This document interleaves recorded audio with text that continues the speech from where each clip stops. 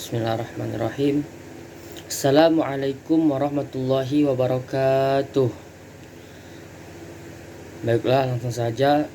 Teristimewa yang saya hormati dan yang saya ta'zimi, yakni Ibu Husna Lutfiyah MPD selaku dosen pengampu pada mata kuliah materi Al-Quran dan Hadis pada semester ini.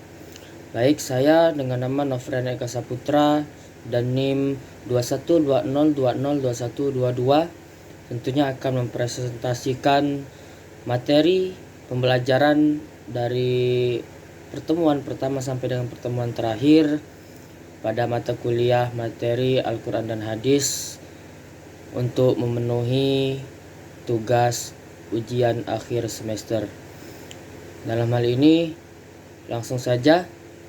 Untuk yang pertama tentunya saya akan membahas mengenai isi kandungan dari Quran surah Al-Fatihah, yang mana dengan bunyinya A'udzubillahi minasyaitonirrajim. Bismillahirrahmanirrahim.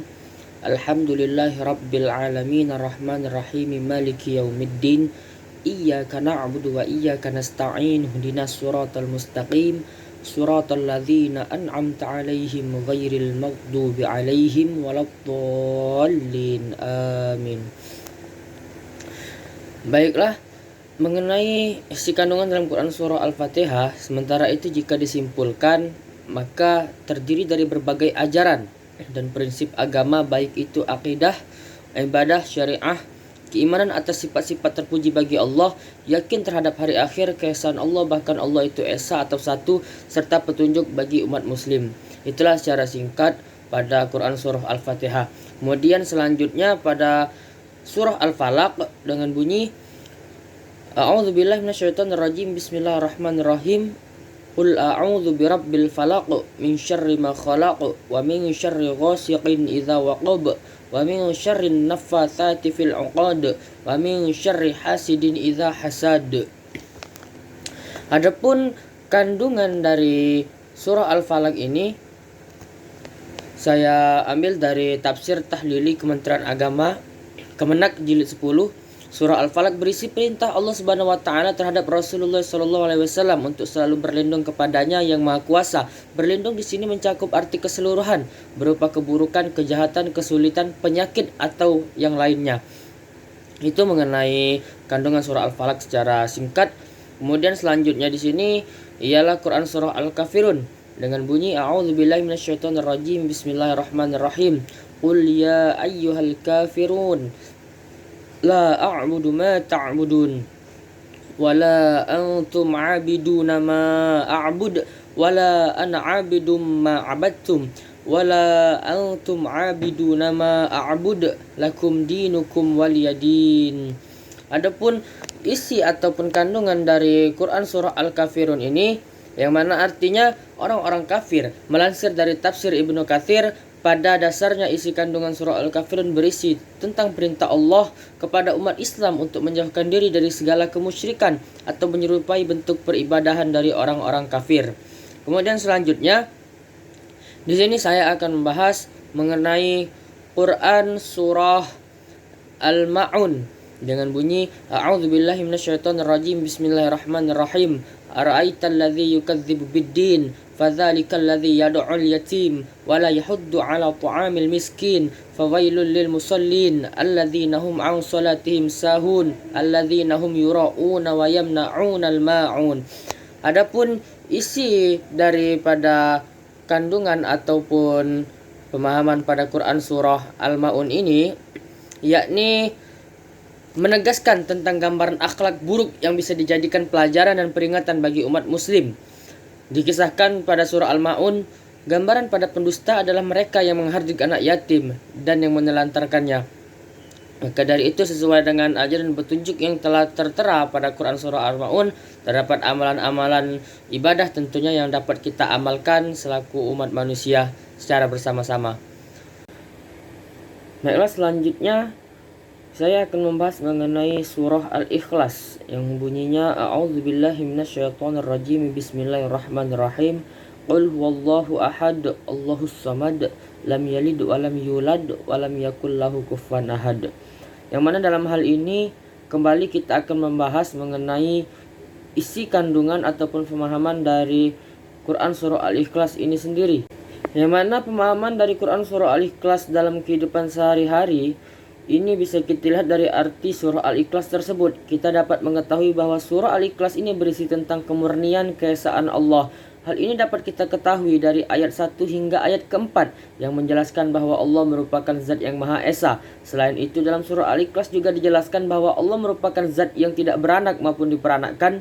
Dan dalam ayat selanjutnya juga dijelaskan bahwa tidak ada satupun makhluk yang dapat menyamakan Allah. Setelah mengetahui arti surah Al-Ikhlas, kita dapat mempelajari bagaimana menerapkan arti surah Al-Ikhlas dalam kehidupan sehari-hari. Dari surah tersebut kita diarahkan untuk meyakini bahwa Allah merupakan zat yang Maha Esa. Hal ini dapat kita lakukan dengan terus beribadah kepada Allah dan menjauhkan diri kita kepada hal-hal yang mengacu pada kemusyrikan. Dengan beribadah dengan tertib, kita berarti sudah meyakini bahwa Allah adalah satu-satunya zat yang berhak disembah dan juga dijadikan tempat bergantung serta memohon pertolongan. Setelah mengetahui bagaimana arti surah Al-Ikhlas, kita juga dapat menerapkannya dalam kehidupan sehari-hari. Kita dapat mencoba menerapkannya juga sehingga amalan baik kita terus bertambah sebagai bekal di akhirat yang cukup. Nah, itulah mengenai surah Al-Ikhlas. Selanjutnya di sini kita akan membahas mengenai surah Al-Kautsar dengan bunyi A'udzubillahi minasyaitonirrajim. Bismillahirrahmanirrahim. Inna a'tainakal kautsar fasalli lirabbika wanhar inna syani'aka huwal abtar. Yang mana isi dari kandungan surah Al-Kautsar ini yakni intinya mengajarkan kepada umat muslim tentang kewajiban untuk selalu bersyukur kepada Allah atas segala nikmatnya serta penghormatan terhadap Rasulullah SAW. Disebutkan dalam buku At-Tazkir metode menghafal juz amma yang disusun oleh tim Genta Hidayah. Isi dari surat Al-Kautsar membahas tentang karunia Allah Subhanahu wa taala yang dianugerahkan kepada Rasulullah SAW. Pada ayat pertama disebutkan sesungguhnya Allah telah memberikan banyak kebaikan kepada Rasulullah di dunia serta di akhirat. Kemudian melalui surat ini Allah juga memerintahkan kepada Rasulullah beserta para umatnya untuk mengerjakan sholat wajib dan sunnah serta menyembelih hewan kurban dengan ikhlas semata-mata karena Allah.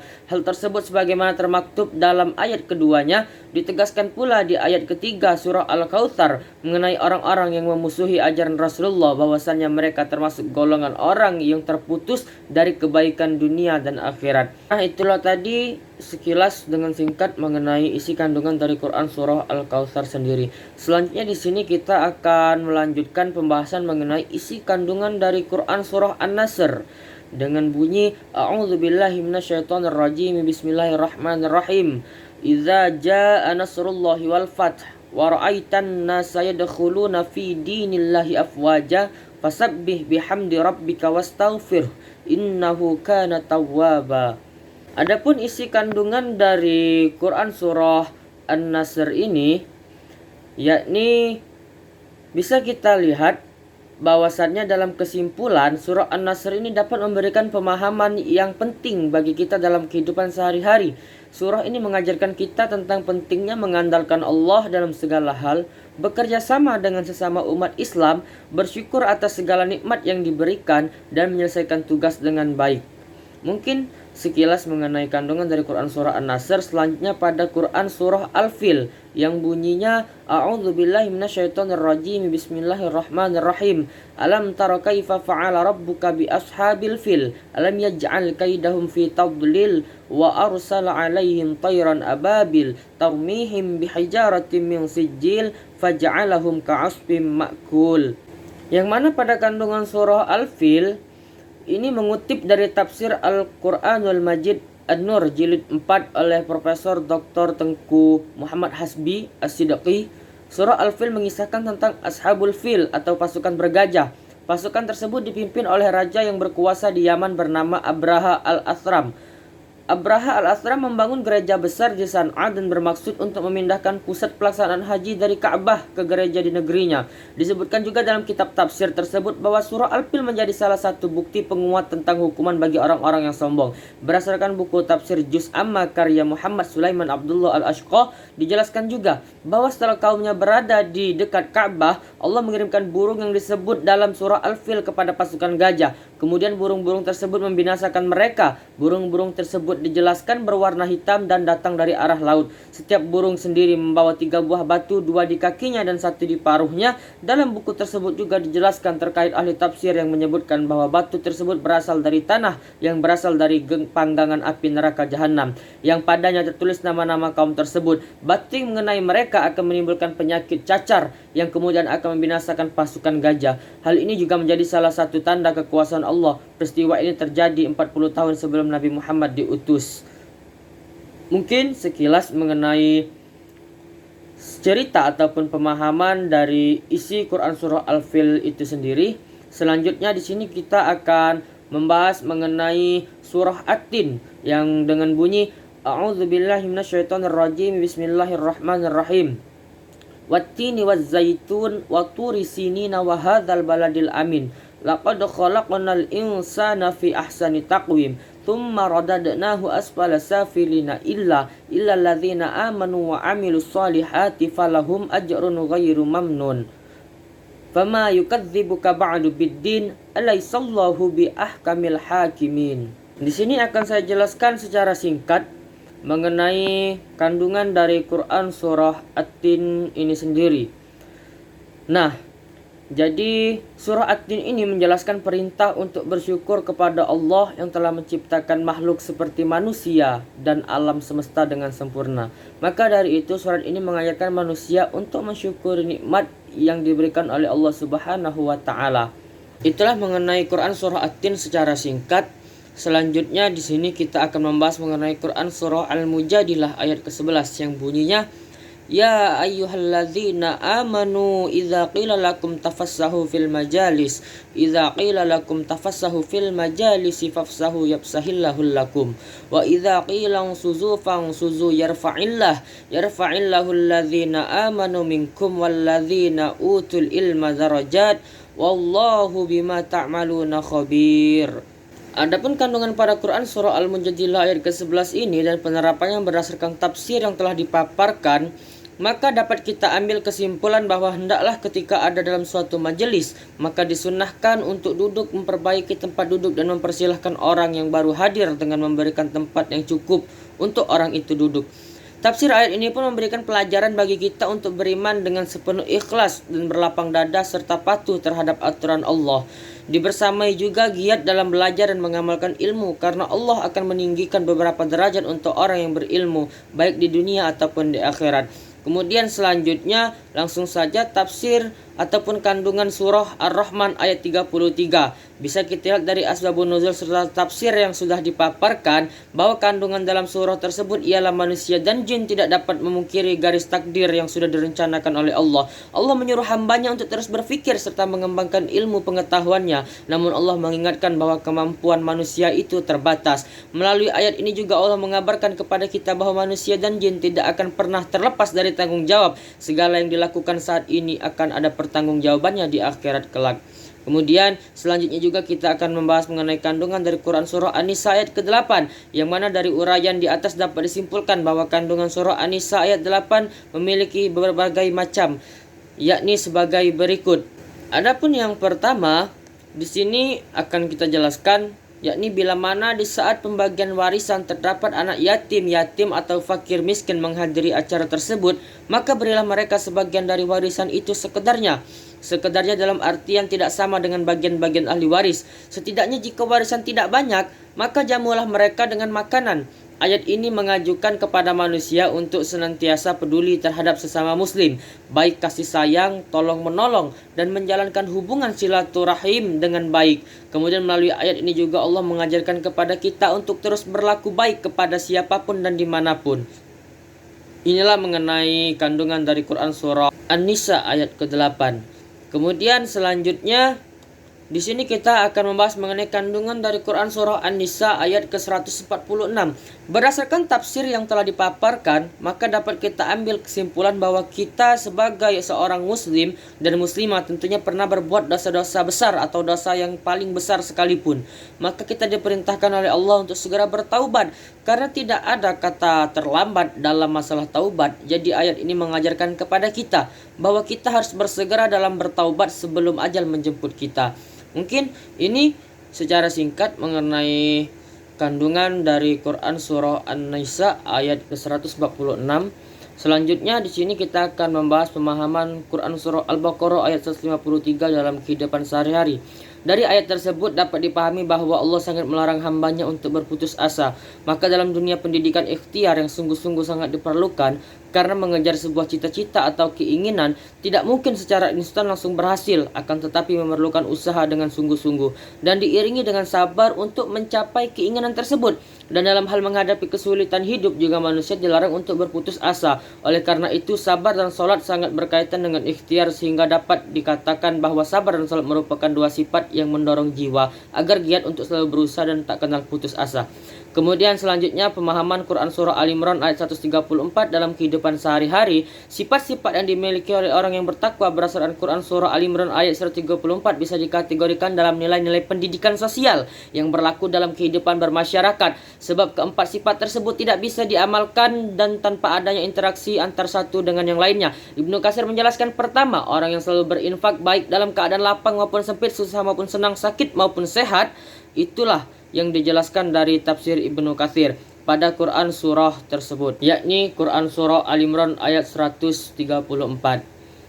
Nah, kemudian di sini kita akan melanjutkan mengenai kandungan ataupun pemahaman dari Quran surah Al-Anfal ayat 27 dalam kehidupan sehari-hari. Beribadah kepada Allah Subhanahu wa taala merupakan bagian dari amanah yang harus ditunaikan, karena ibadah kepadanya merupakan salah satu konsekuensi iman dan merupakan tujuan utama manusia diciptakan. Setiap perintah yang diberikan maka akan mendatangkan kebaikan jika dilaksanakan, dan jika tidak dilaksanakan maka akan mendapatkan siksa dari Allah Subhanahu wa taala. Begitu pula dalam melaksanakan amanah, bagi siapa saja yang menunaikan amanah maka ia akan mendapatkan kebaikan. Yang tidak menunaikannya maka ia telah melakukan khianat dan akan mendapatkan kerugian baik di dunia maupun di akhirat. Mengenai selanjutnya yakni dari surah Al-Ahqaf ayat 13 dalam kehidupan sehari-hari, yakni Hamka berpendapat bahwa Quran surah Al-Ahqaf menunjukkan keimanan seseorang yang sangat kuat. Orang yang beriman artinya membenarkan dan meyakini akan Allah, maka segala kegiatan, aktivitas, jalan pikiran, pertimbangan semua tertuju kepada Allah, dan seluruh sikap hanya bergantung kepada Allah. Setelah menunjukkan sikap hidup hanya kepada Allah, yakni berkomitmen hanya untuk ketaatan kepada Allah. Kemudian orang yang beriman pun beristiqomah dengan komitmen dan konsisten ini, maka akan menentukan corak hidup dan menjadi sebuah sistem hidup, sebagaimana isi dari kandungan yang dijelaskan dalam Quran surah Al-Ahqaf ayat ke-13. Kemudian selanjutnya analisis kandungan surah Al-Furqan ayat 63 dan penerapannya dari pemaparan yang telah dijelaskan. Dapat diambil kesimpulan bahwa surah Al-Furqan ayat 63 ini menjelaskan sifat-sifat ibad Ar-Rahman, yaitu kesederhanaan yang senantiasa membalas dengan kebaikan. Sikap kesederhanaan sangat penting bagi seorang mukmin ketika berjalan di muka bumi. Seorang muslim tidak seharusnya berjalan dengan sombong dan dibuat-buat untuk menarik perhatian atau memamerkan diri. Itulah secara singkat penjelasan dari saya. Kemudian selanjutnya analisis kandungan surah Al-Isra ayat ke-27 dan penerapannya. Dari pemaparan yang telah dijelaskan, dapat mengambil kesimpulan bahwa surah Al-Isra ayat 27 ini Allah melarang perbuatan membelanjakan harta secara boros. Orang-orang pemboros dalam ayat ini adalah mereka yang menghambur-hamburkan harta bendanya dalam perbuatan maksiat yang tentunya di luar perintah Allah. Allah menegaskan bahwa para pemboros adalah saudara setan. Artinya, jika ada orang yang memanfaatkan harta di luar batas keridhaan Allah dan mengingkari nikmatnya, perbuatan dapat disamakan dengan perbuatan setan dan dapat mengantar kepada kekufuran. Selanjutnya, analisis kandungan pada Quran surah An-Nahl ayat 114 dan penerapannya. Dari apa yang telah dijelaskan dapat disimpulkan bahwa Allah Subhanahu wa taala memerintahkan hambanya agar senantiasa bersyukur atas nikmat yang telah Allah beri, dan agar kita dapat makan dan minum yang halal dan juga baik, lalu menjauhi makanan yang telah Allah haramkan. Karena makanan dan minuman halal merupakan sebuah karunia dari Allah Subhanahu wa taala, seperti yang telah kita ketahui bahwa halal itu lebih condong ke dalam sebuah halal kebaikan dan haram lebih condong ke dalam hal-hal buruk dan merugikan. Itulah secara singkat. Selanjutnya analisis kandungan surah Al-Maidah ayat 90-91. Berdasarkan tafsir yang telah dipaparkan, Maka dapat kita ambil kesimpulan bahwa kita sebagai orang muslim atau orang yang beriman harus menjauhi larangan-larangan Allah, termasuk meminum khamar yang telah dijelaskan berjudi dan mengundi nasib, karena hal-hal itu dapat membuat kehancuran bagi kita. Seperti berjudi bisa membuat kita menjadi bangkrut, dan mengundi nasib dengan anak panah dapat membuat kita tidak percaya atas karunia dan takdir yang telah Allah tentukan. Hal itu sama terjadi berjudi dan meminum minuman keras, yaitu menjadi orang yang rugi dikarenakan hal tersebut merupakan sebuah kemudaratan. Lalu banyak sekali hikmah yang dapat kita ambil dari menjauhi perbuatan-perbuatan tersebut. Itulah secara singkat. Kemudian isi kandungan dari surah Az-Zumar ayat ke-53. Nah, berikut ini isi kandungan surah Az-Zumar ayat 53 yang kami sarikan dari sejumlah tafsir, yakni tafsir Al-Qur'anil Azim karya Ibnu Katsir, tafsir Al-Munir karya Syekh Wahbah Az-Zuhaili, tafsir Fi Zilalil Quran karya Sayyid Qutb, dan tafsir Al-Azhar karya Buya Hamka. Yang pertama, Allah Subhanahu wa taala sangat sayang kepada hambanya. Meskipun mereka berbuat dosa dan melampaui batas, Allah tetap memanggil mereka dengan lembut, ya ibadi. Isi kandungan ini telah dijelaskan dari tafsir yang memang telah kami ambil berdasarkan sumbernya. Kemudian yang selanjutnya di sini adalah isi kandungan dari Quran surah An-Najm ayat ke-39 dan ke-42. Di mana manusia hanya akan mendapatkan pahala dari apa yang ia amalkan, bukan apa yang diamalkan orang lain tanpa keterlibatan atau usahanya. Dan yang kedua, surah An-Najm ayat ke-39 juga menunjukkan pentingnya ikhtiar, sebab apa yang ia dapat berbanding lurus dengan apa yang ia ikhtiarkan. Kemudian yang ketiga, setiap amal yang ia lakukan akan diperlihatkan di akhirat nanti, baik amal baik maupun amal buruk, tidak hanya dirinya, bahkan orang lain juga akan melihatnya. Dan yang keempat, seseorang akan mendapatkan balasan yang sempurna atas apa yang usahakan atau diamalkan, tidak akan dizalimi atau dirugikan sekecil apapun. Yang kelima, akhir kesudahan nanti adalah kembali kepada Allah. Yang keenam, kembali kepada Allah, yakni masuk surga atau neraka akan sesuai dengan apa yang ia amalkan semasa di dunia.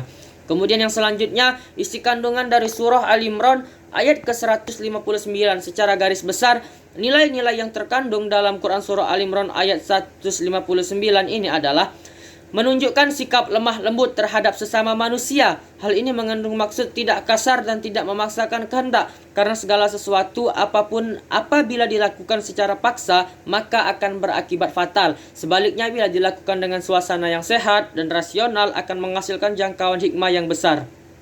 Kemudian isi kandungan dari Quran surah Al-Hujurat ayat ke-13. Beberapa kandungan yang terdapat adalah memberitahukan bahwa manusia berasal dari satu keturunan, yakni Nabi Adam dan Hawa, sehingga pada hakikatnya mereka setara.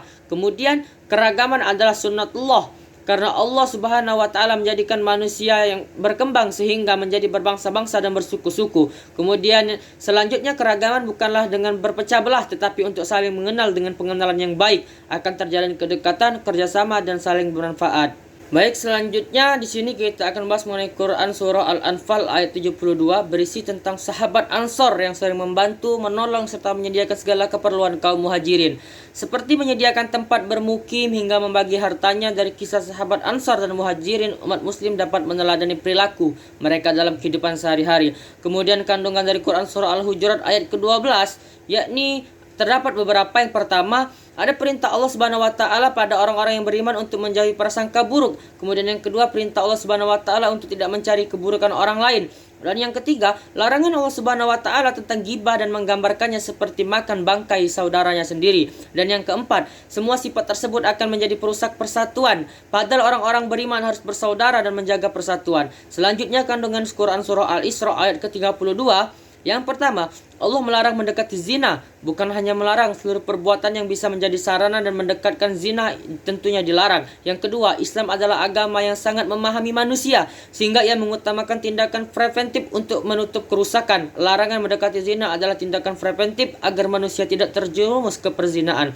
Yang ketiga, zina adalah perbuatan yang sangat keji dan sangat buruk. Di antara keburukannya, ia merupakan pelanggaran terhadap kehormatan yang mengakibatkan tercampur dan terputusnya nasab, serta mengakibatkan kekacauan di masyarakat. Berikut ini isi kandungan surah An-Nur ayat kedua yang kami sarikan dari sejumlah tafsir, yakni tafsir Al-Qur'anil Azim karya Ibnu Katsir, tafsir Al-Munir karya Syekh Wahbah Az-Zuhaili, tafsir Fil Zilalil karya Sayyid Qutb, dan tafsir Al-Azhar karya Buya Hamka, yang mana menjelaskan yang pertama surah An-Nur ayat 2 ini menunjukkan bahwa Islam sangat tegas melarang zina, Islam sangat serius menjaga kehormatan manusia. Dan yang kedua, hukuman had bagi pelaku zina yang belum menikah adalah didera 100 kali menurut jumhur ulama, ditambah diasingkan selama 1 tahun. Sedangkan untuk yang sudah menikah, hukum hadnya dirajam. Dan yang ketiga, hukum Allah harus dilaksanakan, tidak boleh belas kasihan menghalangi dan membatalkan hukum Allah termasuk pelaksanakan had ini. Kemudian materi yang selanjutnya pada Quran surah Az-Zumar ayat ke-32, yang mana tidak ada seorang pun yang lebih zalim daripada orang yang menuduhkan kepada Allah sesuatu yang tidak layak baginya, seperti sekutu, istri dan anak, dan mendustakan Al-Quran. Tidak seorang pun yang lebih zalim daripada orang yang mendustakan wahyu yang dibawa oleh Rasulullah. Berikut ini adalah poin-poin kandungan pada Quran surah At-Taubah ayat ke-105. Yang pertama, Allah memerintahkan hambanya untuk beramal dan bekerja, namun Allah melarang sikap malas dan membuang-buang waktu. Yang kedua, Allah melihat dan menilai semua amal dari hambanya. Setiap amal harus dilakukan dengan ikhlas, bukan karena riya dan mengharap pujian dari manusia. Kemudian yang ketiga, Allah memotivasi hambanya untuk bersungguh-sungguh dalam proses amal dan pekerjaannya. Bagaimana selanjutnya, firman Allah dalam surah Al-Yunus ayat ke-40 dan 41 ini menjelaskan bahwa terdapat 2 golongan, yaitu golongan orang, yakni golongan yang beriman kepadanya dan golongan orang yang tidak beriman kepadanya. Allah lebih mengetahui orang-orang yang membuat kerusakan dan orang-orang yang tidak berbuat kerusakan. Kemudian selanjutnya, dalam Quran surah Al-Maidah ayat ke-32 dijelaskan dalam tafsir Kementerian Agama Republik Indonesia, turut dijelaskan mengenai isi kandungan dari surah Al-Maidah ayat kedua 32. Menurut ayat tersebut, ayat ini menunjukkan seharusnya ataupun keharusan adanya kesatuan umat dan kewajiban mereka masing-masing terhadap yang lain. Di antaranya harus menjaga keselamatan hidup dan kehidupan bersama dan menjauhi hal-hal yang membahayakan keselamatan orang lain. Hal ini dilakukan karena manusia tidak memenuhi kebutuhannya sendiri sehingga memerlukan tolong-menolong, terutama untuk hal-hal yang berkaitan dengan kepentingan umum. Kemudian pembahasan selanjutnya yakni isi kandungan dari surah Al-Imran ayat 190 dan 191. Yang mana yang pertama, penciptaan langit dan bumi dan bergantinya malam dan siang merupakan tanda-tanda kekuasaan Allah. Dan yang kedua, tanda kekuasaan Allah di alam semesta ini hanya disadari oleh ulul albab atau orang yang berakal. Dan yang ketiga, kemudian ditegaskan bahwa ciri-ciri ulul albab yaitu orang yang selalu mengingat dan berzikir kepada Allah dalam segala situasi serta menggunakan akalnya untuk memikirkan penciptaan alam semesta.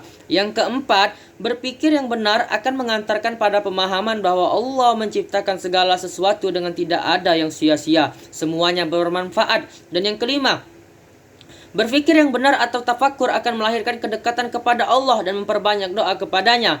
Dan kemudian beberapa kandungan dari surah Al-Imran ayat ke-159, yakni Rasulullah memiliki sifat lemah lembut dan sifat itu disebabkan oleh rahmat Allah. Manusia menyukai pribadi yang lemah lembut, sebaliknya membenci kata-kata kasar dan sikap keras hati. Manusia akan menjauh dari orang yang suka berkata kasar dan hatinya keras. Dan sebagaimana dijelaskan pada surah Al-Luqman ayat 13-14 memiliki kandungan ayat yang mana dikutip dari tafsir Ibnu Katsir dan Al-Quran Kementerian Agama. Pada Quran ayat 13 ini menekankan tentang larangan mempersekutukan Allah Subhanahu wa taala. Sebab pada ayat ke-13 di surah Luqman ini disebut perilaku ini disebut sebagai bentuk kezaliman yang besar. Kemudian setelah menasihati anaknya agar menyembah Allah semata, Luqman melanjutkan dengan nasihat berbakti kepada orang tua. Hal ini sejalan dengan ayat Al-Quran yang kerap kali menggandengkan perintah menyembah Allah dengan berbakti kepada orang tua. Selain menjelaskan tentang perintah berbakti pada orang tua, surah Luqman ayat 14 lebih menekankan tentang perintah berbakti kepada seorang ibu. Hal ini menjadi bukti bahwa Allah Subhanahu wa taala juga menjelaskan perjuangan tanpa batas seorang ibu dalam melahirkan dan menyusui anaknya. Kemudian selanjutnya dalam surah Al-Hujurat ayat ke-10 juga dijelaskan, ketika ada orang-orang mukmin berselisih dan bertikai, kewajiban bagi mukmin lainnya untuk mendamaikan mereka. Namun selama sesama umat muslim saling mengganggu saudara, maka hal-hal negatif seperti percekcokan, permusuhan, perselisihan dan penghinaan ataupun perkelahian acuh tak acuh hingga saling menyalahkan tidak akan terjadi. Selain itu, maka hal tersebut dilarang tentunya. Selain itu juga, pada surah Al-Hujurat ayat 10 mengisyaratkan persatuan dan kesatuan akan melahirkan rahmat bagi kaum mukminin. Sebaliknya, pertikaian dan pemecahan akan menjauhkan dari rahmat Allah Subhanahu wa taala. pembahasan selanjutnya yakni mengenai kandungan dari surah Al-Baqarah ayat 83 yang mana Allah Subhanahu wa taala mengingatkan Bani Israel agar beribadah kepada Allah dan berbuat baik kepada kedua orang tua serta sesama muslim. Selain itu juga anjuran untuk bersedekah kepada anak dan bapaknya yang telah meninggal sebelum mereka berusia balik, membantu orang-orang yang membutuhkan, bertutur kata yang baik dan melaksanakan sholat serta membayar zakat. Adapun kandungan dari surah Al-Maidah ayat 48 selanjutnya, yang pertama, Al-Quran merupakan kitab yang benar dan tidak ada keraguan di dalamnya, membenarkan kitab-kitab sebelumnya sekaligus menjadi pembenaran atas kitab-kitab itu, sebab kitab-kitab sebelum Al-Quran sudah tidak otentik lagi karena diubah oleh manusia. Yang kedua, Al-Quran adalah pegangan hidup dan harus menjadi pedoman dalam memutuskan segala hal. Meskipun setiap umat memiliki syariat dan hukum sendiri sesuai dengan zaman dan kondisi hidupnya, namun secara akidah dan pokok agama semuanya sama, yakni bertauhid kepada Allah Subhanahu wa taala. Yang kedua, Allah menjadikan manusia secara beragam untuk menguji dan memberi kesempatan untuk berlomba-lomba dalam kebaikan. Yang keempat, semua manusia akan kembali kepada Allah Subhanahu wa taala dan mendapat balasan atas apa yang diyakini dan apa yang dikerjakan di dunia. Baiklah, mungkin hanya ini yang bisa saya sampaikan sekilas secara singkat mengenai pemaparan materi pada MK Al-Quran Hadis.